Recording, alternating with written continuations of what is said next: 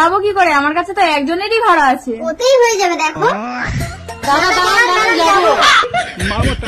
কোথায় যাবে? মালাঞ্চ 20 টাকা করে ভাড়া। এই নিন দাদা 20 টাকা। আর এর ভাড়া? ওর আবার কিসের ভাড়া, আমরা তো একজনই। কি করে একজন? এইটা একজন, এইটা একজন, তোমরা তো দুজন। না না আমরা একজন, আমরা এরকমই জন্মেছি, ভালো করে দেখুন। ঠিক আছে বসো। ওই একটা সিটে আমরা দুজন বসবো কি করে? কেন এখন দুজনের দুটো সিট লাগবে কেন? এক্ষুনি তো বললে তোমরা একজন। ও দাদা, প্যাকেট একটা হলেও প্রোডাক্ট তো দুটোই সিট লাগবে। ও দিদি নামুন তো, ওদের বসতে দিন। থ্যাংক ইউ দাদা, বলুন আপনার এই উপকারের কি দাম দিতে হবে? দাম যদি দিতেই চান, ডবল ইঞ্জিন নিয়ে আমাকে বিয়ে করুন, buy one get one free পেয়ে যাবো। আমি করবো না, আমার বয়ফ্রেন্ড আছে। এই তো তোমরা দুজন আলাদা আলাদা, বললে একসঙ্গে জুড়ে জন্মেছ। দেখেছেন মানুষ 2 টাকার জন্য কি না করতে পারে। বাবা, সবাই বলে আমাকে নাকি রতন কাকুর মতো দেখতে।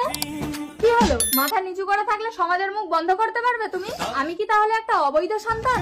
ঠিক আছে, রতন কাকুর কাছে গিয়ে আমি পিতৃ পরিচয় নিয়ে নিচ্ছি। শপথ, তুই এই রতন মন্ডলের একমাত্র পুত্র, আমার সমস্ত সম্পত্তির মালিক একমাত্র তুই।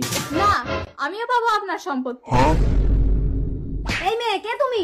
সেটা আপনার স্বামীকে জিজ্ঞাসা করুন। মেয়েটা কি বলছে? ওর মায়ের সাথে কি তোমার সম্পর্ক ছিল? অর্ধেক সম্পত্তি কেন নেবে? এ বাড়ির একমাত্র বৌমা হয়ে পুরোটাই ভোগ করো। তোর বাবার মতো স্বভাব পেয়েছিস? মেয়ে দেখলেই কি গলিয়ে দিতে হয়? আজ থেকে এ তোর বোন। মা, পদ্মা, তুমি একদম ছবে না আমাকে।